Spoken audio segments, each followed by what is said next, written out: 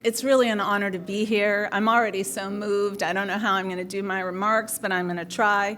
I want to congratulate Wendy, who I've known forever, and Keith on their remarkable achievements over the course of their careers. And I'd like to thank the AMA. I know you didn't choose me, but I still appreciate it. So I'm really proud to be in New York because I'm from New York. And despite having been in Silicon Valley for the last 30 plus years, New York is where I grew up, and I'm so happy when I'm here. This city sparked my love for creativity. It taught me to appreciate diversity and to work well with others. And it made me bold and unafraid to take risks. And these themes, along with a relentless focus on results, have remained constants in my life and in my career. So I'll tell you a little bit about my story. I grew up in the city, and I went to the Bronx High School of Science, which is a bit of an odd choice because I really am a creative person. But I learned to appreciate science and how things worked, creating a foundation that would end up fueling my career in technology. And I made the best friends that I could possibly make, 3 of whom are here with me today. Yay! And thank goodness, because it's so lovely to see them. I've never seen them in an audience before. I went to Lehigh University, another risk, because it was very different from what I knew. It was a small school in a small city in the middle of Pennsylvania. But at Lehigh, I learned to be a very quick and succinct writer. I honed my leadership skills being in a sorority, which I could never have imagined being in. And I gained a real love for publishing when I worked at Rodale Press my senior year.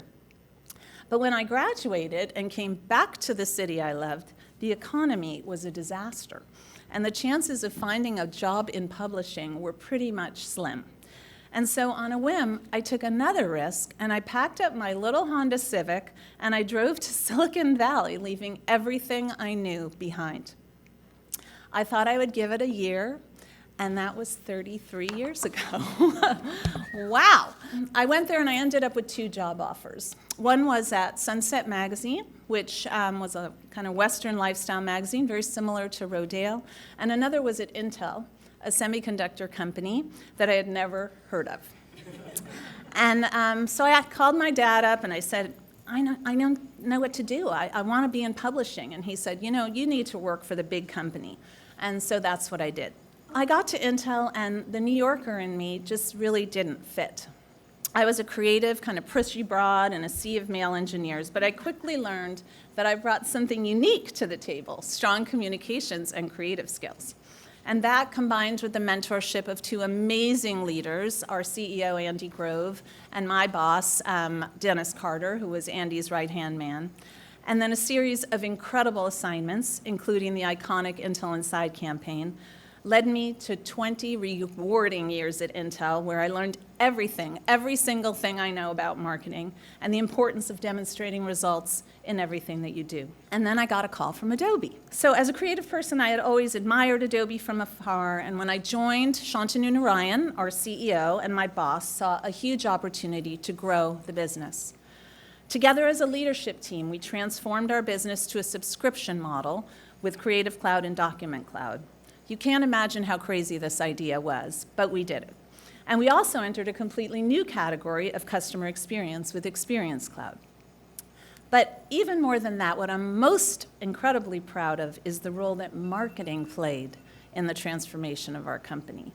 Because we made a big bet in 2010 to go all in on digital, and we dedicated 75% of our budget to it. Everybody thought we were crazy.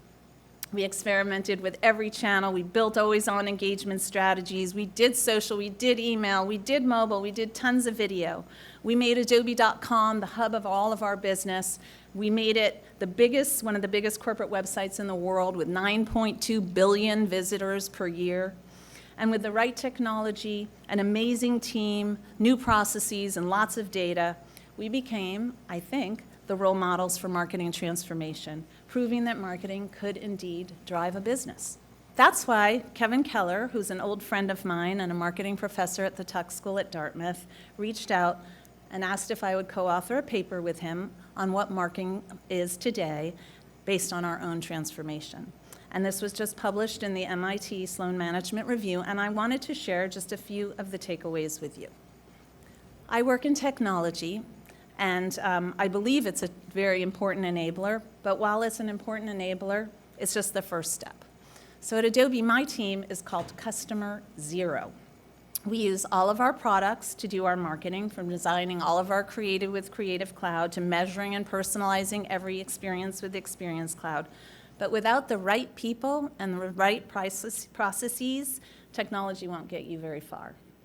We've invested in both the right-brainers and the left-brainers to meet the demands of digital. We reskilled talent where we could. We brought in new talent like data scientists and technologists, and most importantly, people with a completely new mindset. Risk takers, innovators, who aren't afraid to question the status quo. And while there's this crazy myth that technology and AI is going to kill jobs, we found that the pace of digital actually requires more people. It requires incredible cross-team collaboration and accountability, an iterative and nimble in-house and agency model approach, and humanity that creates an emotional hook.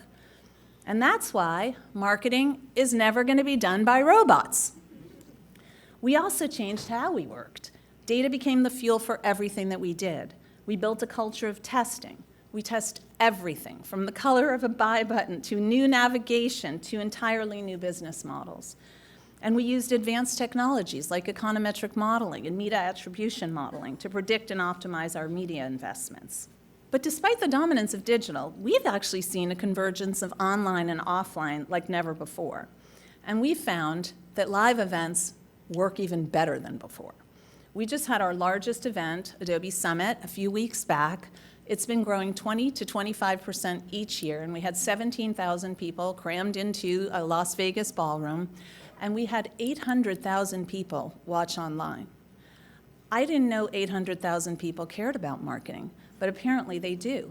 And imagine the type of audience that you all would love to speak to, all tuning in and watching a virtual conference.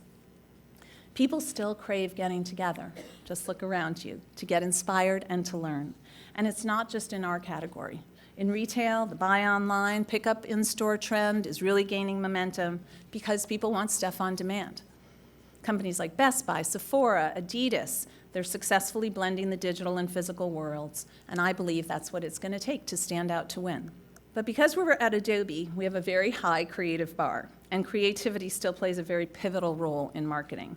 There's a myth that creatives hate data, and I think that's total nonsense. I've never met a creative who doesn't want to understand the impact of their work, and I've never met an analyst who doesn't want to see a piece of creative work harder. In the end, a great idea and a great piece of creative are still at the center of every great experience. Adobe is fortunate to have some of the world's most creative customers. Whether they're on Instagram or Twitter or on a message board, our customers are playing a huge role in shaping our company. One of the coolest things we do is actively co-create with our customers.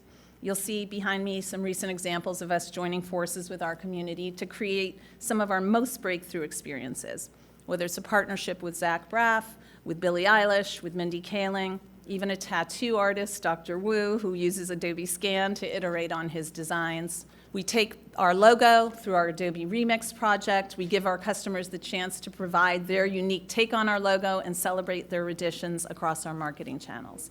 That's the kind of brand we want to be, a brand of the people. Finally, every brand today must have a bigger purpose. It's not only the right thing to do, but it's the expectation of every customer. And purpose is core to Adobe's DNA. Since our founding, we've invested in a lot of causes that we care about, whether it's igniting creativity in youth, creating more sustainable business practices, or building a more diverse pipeline for the future of technology talent. But what's most powerful is seeing the impact that our products have made on the world.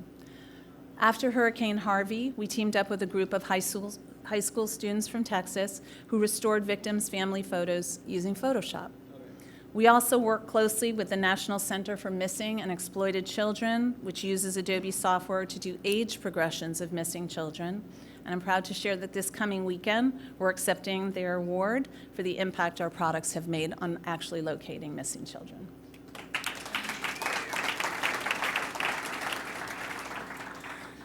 In the end, it's purpose that makes a brand truly unique, and examples like this make me incredibly proud to work at Adobe. So I believe there's never been a better time to be in marketing. Marketing has never been more valued, and with that, respect and credibility has come an insatiable demand for everything that we do.